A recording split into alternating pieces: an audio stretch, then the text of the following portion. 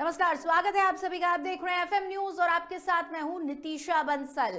आज की हमारी खास पेशकश बोल इंडिया बोल में हम बात करने वाले हैं उन्नाव रेप केस के बारे में। तो चलिए शुरू करते हैं। और सबसे पहले आपको बता दें कि उन्नाव रेप के इस मामले ने एक बार फिर से पूरे देश भर में हलचल मचा दी है, जहां 2017 में नाबालिग के अपहरण और दुष्कर्म के आरोपों में दोषी पूर्व बीजेपी विधायक कुलदीप सिंह सेंगर को लेकर न्यायिक और राजनीतिक सरगर्मी तेज हो गई है। इस संवेदनशील मामले को सुप्रीम कोर्ट ने पहले उत्तर प्रदेश से दिल्ली ट्रांसफर किया था और दिसंबर 2019 तक ट्रायल चला था, लेकिन 23 दिसंबर को दिल्ली हाईकोर्ट द्वारा सेंगर को जमानत दिए जाने के बाद विरोध शुरू हो गया। पीड़ित परिवार ने 24 दिसंबर को इंडिया गेट और 28 दिसंबर को जंतर मंतर पर धरना दिया। इसके बाद सीबीआई ने 25 दिसंबर को सुप्रीम कोर्ट में जमानत के खिलाफ याचिका दायर की। वहीं 29 दिसंबर यानी कि आज चीफ जस्टिस सूर्यकांत, जस्टिस जेके माहेश्वरी और जस्टिस ऑगस्टिन जॉर्ज मसीह की बेंच ने करीब 40 मिनट तक सुनवाई के बाद दिल्ली हाई कोर्ट के 23 दिसंबर 2025 के आदेश पर रोक लगा दी है।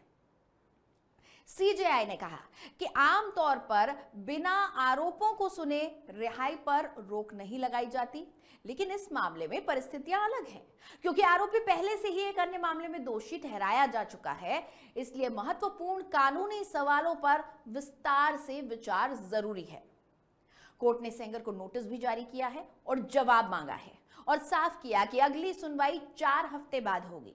सुनवाई के दौरान पीड़ित के वकीलों ने परिवार की सुरक्षा को लेकर चिंता जताई, जिस पर सीजेआई ने कहा कि कानून के तहत सभी उपाय उपलब्ध हैं। वहीं सेंगर के वकील ने दावा किया कि आरोपी के साथ अन्याय हो रहा है। फिलहाल सुप्रीम कोर्ट के आदेश के बाद सेंगर जेल में ही रहेगा, जिसे पीड़ित परिवार के लिए एक राहत माना जा रहा है और न्यायिक सख्ती का संकेत भी माना जा रहा है।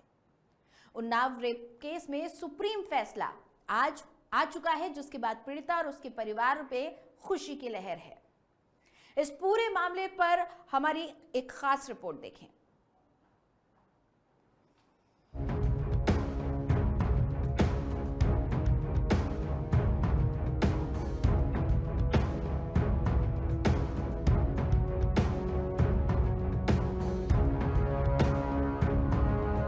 उन्नाव रेप केस कब क्या हुआ? 23 दिसंबर रेप केस में दिल्ली हाई कोर्ट से दोषी सेंगर को जमानत। 24 दिसंबर इंडिया गेट पर पीड़ित परिवार का धरना। 25 दिसंबर दिल्ली हाई कोर्ट के फैसले को सीबीआई ने सुप्रीम कोर्ट में चुनौती दी। 28 दिसंबर दिल्ली में जंतर मंतर पर पीड़िता का धरना प्रदर्शन। 29 दिसंबर सेंगर की जमानत पर लगी रोक। उन्नाव रेप मामले में एक बार फिर पूरे देश का ध्यान अपनी ओर खींच लिया है। 2017 में नाबालिग लड़की के अपहरण और दुष्कर्म से जुड़े इस मामले में पूर्व बीजेपी विधायक कुलदीप सिंह सेंगर और उनके साथियों पर गंभीर आरोप लगे थे। इस केस को सुप्रीम कोर्ट ने संवेदनशीलता को देखते हुए उत्तर प्रदेश से दिल्ली ट्रांसफर किया था, जहां दिसंबर 2019 तक ट्रायल चला। लंबे समय से जेल में बंद सेंगर की जमानत को लेकर हालिया घटनाक्रम ने सियासी और सामाजिक सरगर्मी को तेज कर दिया है। 23 दिसंबर को दिल्ली हाई कोर्ट ने रेप केस में दोषी कुलदीप सेंगर को जमानत दे दी,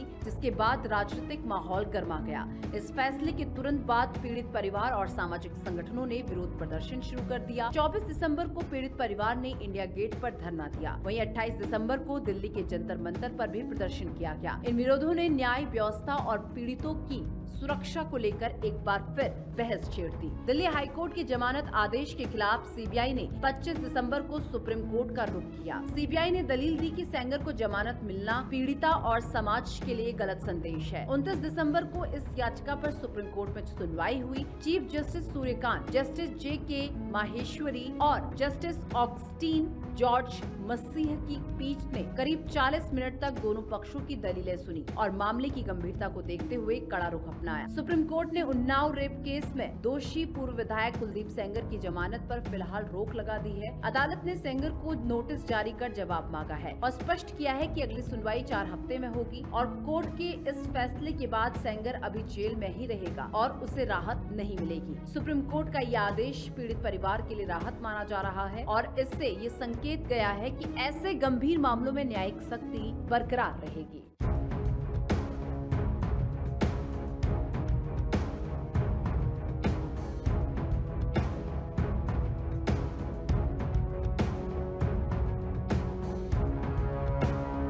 छात्रा को हुए रेप कांड के बाद कुलदीप सेंगर को हाई कोर्ट से एक बड़ी राहत मिली थी। हालांकि उस राहत में सुप्रीम कोर्ट ने अब पानी फेर दिया है। अगर बात की जाए तो जो रेप पीड़िता है उसके पिता की हत्या के मामले में भी जब दिल्ली हाई कोर्ट से कुलदीप सेंगर को जमानत मिली थी, उसके बाद कुलदीप सेंगर की रिहाई नहीं हो सकी थी। हालांकि अब ये जरूर है कि कुलदीप सेंगर की रिहाई में अब सुप्रीम कोर्ट ने रोक लगा दी। हमारे साथ बात करने के लिए इस मामले में कुछ लोग हैं, उनसे जानते हैं कि जो फैसला आया है उसको किस नजरिए से देखते हैं। सर, क्या नाम है आपका? पंकज चंदेल। पंकज जी, ये बताइए, जो कुलदीप सेंगर जो रेप पीड़िता वाला मामला था उसमें हाई कोर्ट ने कुलदीप सेंगर को राहत जरूर दे दी थी, लेकिन अब सुप्रीम कोर्ट ने उस पर पानी फेर दिया है। कहीं ना कहीं जो हाई कोर्ट ने सशर्त जमानत दी थी, ये कहा था कि पीड़िता से करीब 5 किलोमीटर दूर रहेंगे कुलदीप सेंगर और उनको उन्नाव नहीं दिल्ली में ही रहना पड़ेगा।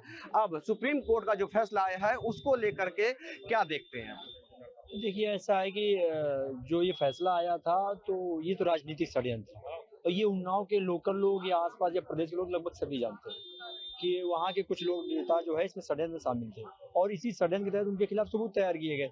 लेकिन खैर, ये तो अदालत का मामला था, अदालत जांच हुई, अदालत ने दोषी ठहराया और जो अदालत ने सजा सस्पेंड की हाई कोर्ट ने, उसको अगर बदलने का या उसको लागू रखने का, जारी रखने का हक तो केवल सुप्रीम कोर्ट का है। तो एक संवैधानिक मामला है, इस पे हम लोग उंगली नहीं उठा सकते हैं। लेकिन जिस तरह से महिला का आरोप रहा, जिस तरह से गहन जांच जो होनी चाहिए थी, ये हम लोग मन में कर सकते, वो जांच उतनी बारीकी से नहीं हो पाई। ये राजनीतिक कहीं ना कहीं सुप्रीम कोर्ट ने, सीबीआई ने अपनी तरफ से सुप्रीम कोर्ट में याचिका दाखिल करी थी, इसकी आज सुनवाई थी, उस पे आज जो है जमानत रद्द की गई है। हाँ, तो बता तो रहा हूँ, ये राजनीतिक षड्यंत्र है ना। नहीं, अगर आप बात कर रहे हैं कि जांच होनी चाहिए तो सीबीआई भी जांच कर रही थी। जांच वही तो, इसमें सीबीआई देखिए, ऐसे नेता हैं उन्नाव में जो बड़े बड़े नेता हैं जिनके प्रभाव में ये जांच हुई और इसमें कहीं ना कहीं कसक रह गई। अगर जांच सही से हुई होती, लेकिन ना उनकी लोकेशन मिली, ना लड़की ने नार्को टेस्ट कराया, बहुत सारी ऐसी जो करानी चाहिए। तो अब मैं समझता हूँ कि जांच में तो खैर इसमें कहीं ना कहीं छेद है। सुप्रीम कोर्ट ने आज जो है कुलदीप सेंगर की जमानत याचिका जो है उस पर सुनवाई की थी और उसको खारिज कर दिया है। इस पे क्या? इसमें न्यायालय का फैसला है, उसको सबको पालन करना चाहिए। अब न्यायालय ने जो किया होगा उससे समझ के ही किया होगा ना। अब वो पहले भी न्यायालय का मामला था, जो कोर्ट ने पहले दिया, सजा दी थी, उसके बाद फिर ने कोर्ट ने उसको सस्पेंड कर दिया। तो न्यायालय का मामला है, अब न्यायालय में ही जाएगा।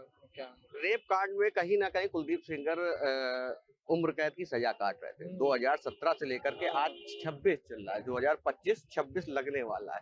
तो इतने दिन तक अभी तक हाई कोर्ट ने जमानत दी उनको, अब राजनीति एक मुद्दा बन गया है। तो इसको राजनीति तो है ही, वो तो सबको पता है, शुरू से राजनीति तो है ही, उसमें कोई दोहराई वाली बात ही नहीं है, राजनीति तो है। लगातार अब जो है सोशल मीडिया पर कई वीडियो भी वायरल हो रहे हैं, कई ऑडियो भी वायरल हो रहे हैं कि कुलदीप सेंगर को गलत फंसाया गया है। पीड़िता की परिवार वालों का कहना यह है कि कुलदीप सेंगर के खिलाफ सारे सबूत थे, जिसकी वजह से सुप्रीम हाई कोर्ट ने और जो निचली अदालतें हैं उन्होंने सजा जो है बरकरार रखी थी। उसके बाद हाई कोर्ट ने जमानत। अभी एक ऑडियो वायरल हुआ था, हम लोगों ने भी सुना था उस चीज के लिए, जिसमें लड़की ये कह रही कि स्क्रैच मारो तो इस तरह से सजा हो जाएगी। क्या आइडिया इस ऑडियो को जांच करी गई? नहीं करी गई, क्योंकि कोर्ट कहता है कि ऑडियो मान्य नहीं है। कभी कभी ये कहने लगते हैं। देख, कुलदीप सेंगर एक विधायक थे, बड़े पद में, बड़े ओहदे में थे, वो ये गलत काम नहीं करेंगे, पहली बात। दूसरी बात, पीड़ित ये कहती है कि मेरी उम्र 16 साल थी, मैं गाड़ी में बैठ के गई, मेरे साथ गाड़ी में रेप हुआ। विधायक होने के बाद वो गाड़ी में आपके साथ रेप कर रहे हैं। 2 महीने बाद आपको पता चल रहा कि आपके साथ रेप हुआ है, आपने 2 महीने बाद कंप्लेन करी, ना कि आपने पहले करी। और आपको सभी को ये मालूम, पूरे यूपी को आज की डेट पर मालूम है कि ये रंजित सिंह प्रधानी चुनाव के मारे ये रंजित चल रही थी और ना उनके परिवार से आपका कोई लिंक था, ना आपकी कोई बातचीत थी कि आप लोगों की कभी बातचीत होती हो। चाहे आपके चाचा हो, चाहे विजय हो, जो आपके पापा, इनके डेथ हो गई, उनकी किसी से किसी का कोई व्यवहार दूर दूर तक नहीं था। ये राजनीति केवल विवाद था और कुछ नहीं था इस पे। मतलब आप भी इस बात से सहमत हैं कि जो कुलदीप सेंगर की जो सजा है उसको बरकरार रखा गया और कहीं ना कहीं जो कुलदीप सेंगर के ऊपर चार्ज लगे हैं वो राजनीतिक दबाव के चलते लगे? बॉबी गुप्ता, पूर्व चेयरमैन रसूलाबाद कानपुर देहात। ये जो हम देख रहे हैं और जो अभी तक सुन रहे हैं, समझ रहे हैं, उस हिसाब से उनके ऊपर एक तरीके के राजनीतिक षड्यंत्र है और किसी योजनाबद्ध तरीके से उनको फंसाया गया है और कई जांचें हुई हैं। उससे भी कोर्ट ने भी उस चीज को देखा है, तभी उन्होंने ऐसा किया है। अब सीबीआई का क्या है क्या नहीं है वो भी सरकारी मामला है, उस विषय नहीं। बहरहाल इस तरीके से जो भी हम लोग अभी तक सुन रहे हैं, समझ रहे हैं, वो एक तरीके से गलत, बहुत गलत है। सुप्रीम कोर्ट का जो फैसला है, दिल्ली हाई कोर्ट ने जमानत सशर्त दी थी। सुप्रीम कोर्ट का जो फैसला है क्या वो सही है? अब सुप्रीम कोर्ट है, वो कोर्ट है, अब वो तो जो करेगी फैसला, उसको तो हम लोग गलत नहीं कह सकते, वो सही है।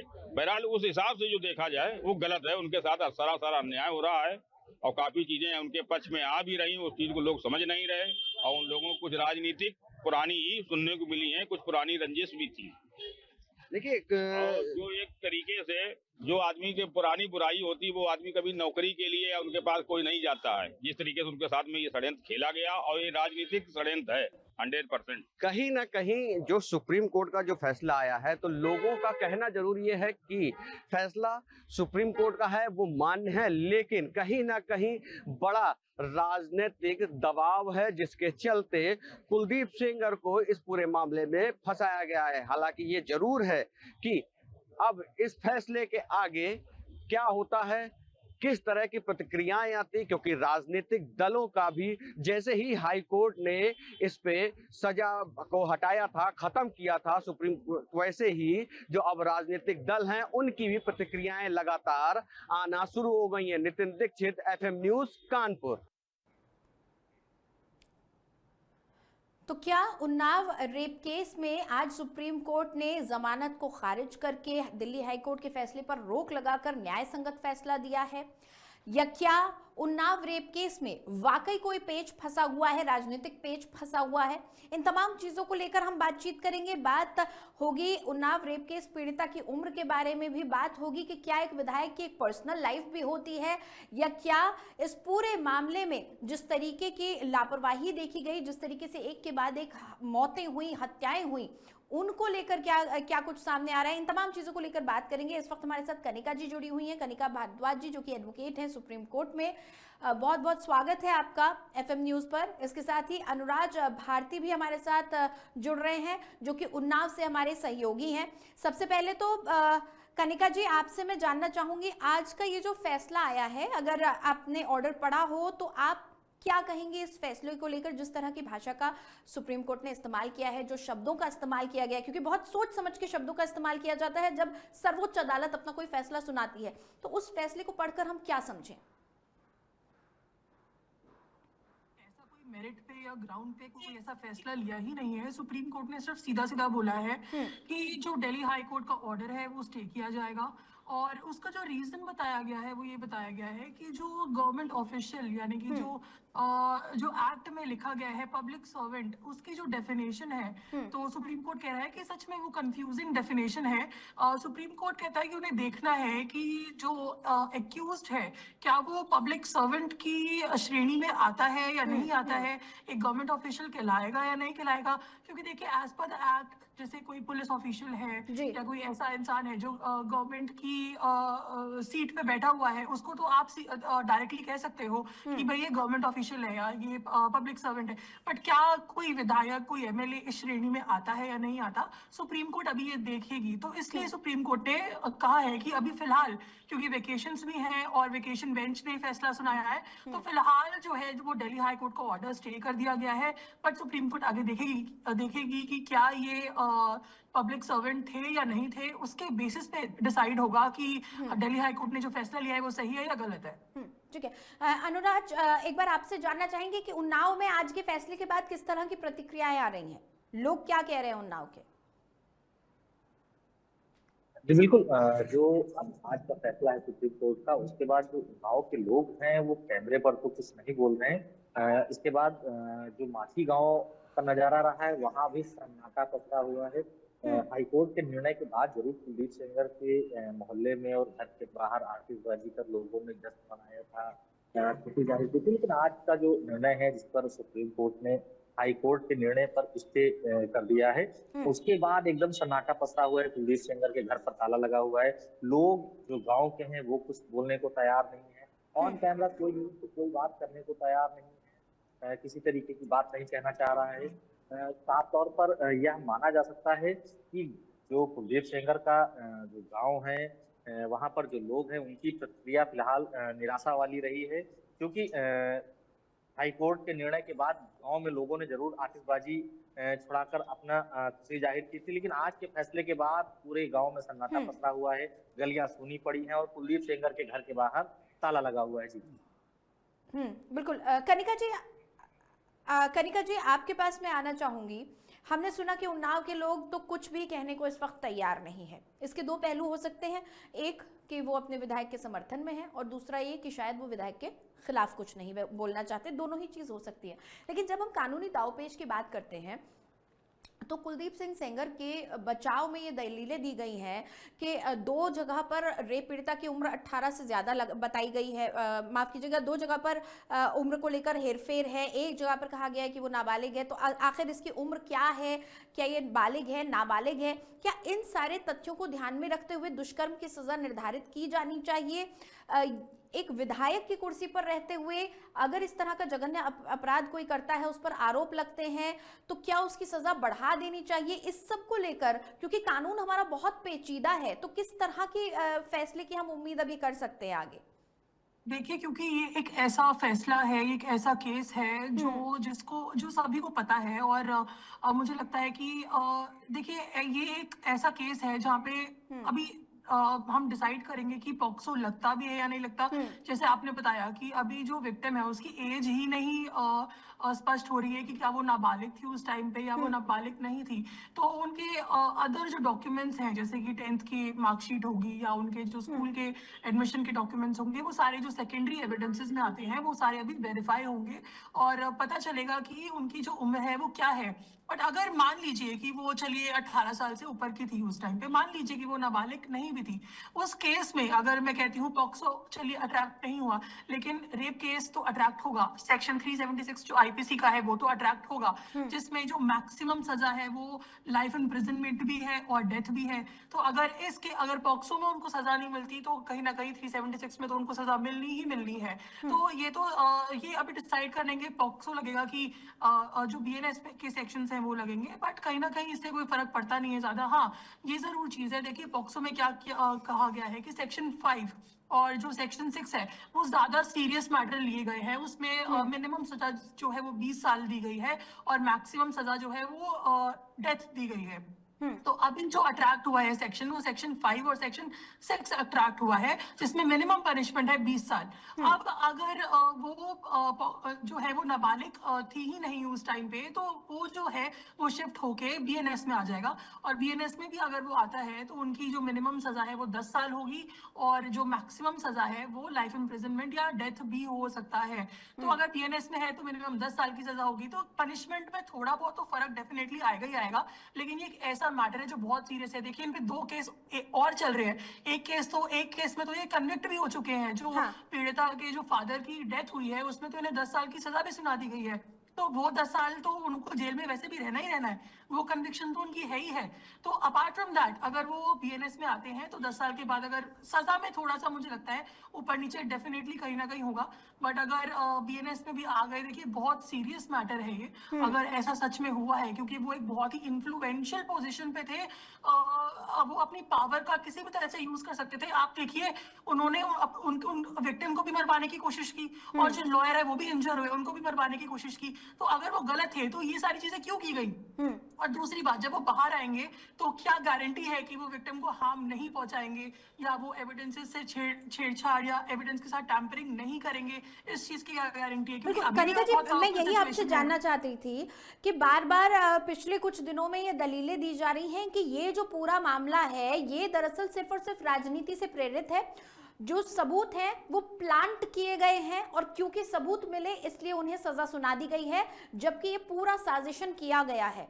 ऐसे में ये बड़ा सवाल उठता है कि अगर ये सब कुछ साजिश थी तो जो पीड़िता के पिता के साथ हुआ वो क्या था? जो वो गाड़ी का एक्सीडेंट हुआ, उनकी मौसी का देहांत हो गया, उस हादसे में 3 लोगों की मौत हुई, उस पीड़िता ने महीनों अस्पताल में बिताए, तो फिर वो क्या था? क्या ये सब कुछ राजनीति से प्रेरित इतना बड़ा मामला बना दिया गया कि पीड़िता को भी अपनी जान की बाजी लगानी पड़ी?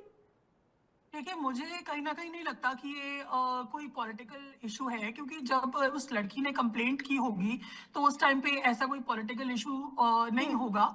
और ट्रायल कोर्ट का जब ऑर्डर आया और तब भी कोई ऐसा पॉलिटिकल इशू मुझे नहीं लग रहा था। हालांकि मुझे लगता है कि जो एक्यूज्ड है वो बार बार अपनी पॉलिटिकल पावर यूज जरूर कर रहे थे कहीं ना कहीं। आज चाहे कोई कुछ भी कहे, लेकिन उनके ऊपर क्रिमिनल रिकॉर्ड है। अगर आप उनको कई लोग हैं जो उनको डिफेंड कर रहे हैं, उनको बचाना चाहते हैं, बट वो ये ना भूले कि वो ऑलरेडी एक केस में कन्विक्ट हो चुके हैं। ऑलरेडी उनको 10 साल की सजा मिल चुकी है, तो डेफिनेटली कुछ ना कुछ तो है। कनिका तो जी, छोटा सा जवाब मुझे दे दीजिए, ऑडियो क्लिप्स को लेकर कोर्ट में क्या मान्यता है? बहुत छोटा इसका जवाब दीजिएगा 10 सेकंड में। ऑडियो क्लिप्स देखिए परमिसिबल है, एडमिसिबल हो सकती है, लेकिन वो ऑडियो क्लिप्स जेन्युइन होनी चाहिए, एडिटेड नहीं होनी चाहिए। एफएसएल हो सकता है ना उसका? एफएसएल में पता चल जाएगा जेन्युइन है ऑडियो या फिर एआई जनरेटेड है या डबिंग है? बिल्कुल बिल्कुल। तो अभी उसका आई थिंक प्रोसेस बाकी है, एफएसएल होने दीजिए उसका। वो पता चल जाएगा कि ये वीडियो जेन्युइन है या नहीं है, तो सच तो सामने आ ही जाएगा। चलिए, बहुत शुक्रिया कनिका जी एफएम न्यूज के साथ जुड़ने के लिए। बेहद संवेदनशील मामला है, चारों तरफ से न सिर्फ मीडिया का बल्कि पब्लिक का प्रेशर है, राजनीति भी इस मसले पर खूब जमकर हो रही है। लेकिन फिलहाल जो अच्छी खबर उन्नाव रेप केस पीड़िता के लिए है वो ये कि सुप्रीम कोर्ट ने कुलदीप सिंह सेंगर की जमानत पर फिलहाल रोक लगा दी है। हालांकि कोर्ट ने कहा है इस मामले पर कई ऐसे पहलू हैं जिन पर विस्तार से चर्चा की जानी है, विस्तार से विचार किया जाना है। तो फिलहाल बोल इंडिया बोल में आज के लिए इतना ही। खबरों के लिए आप देखते रहिए एफएम न्यूज।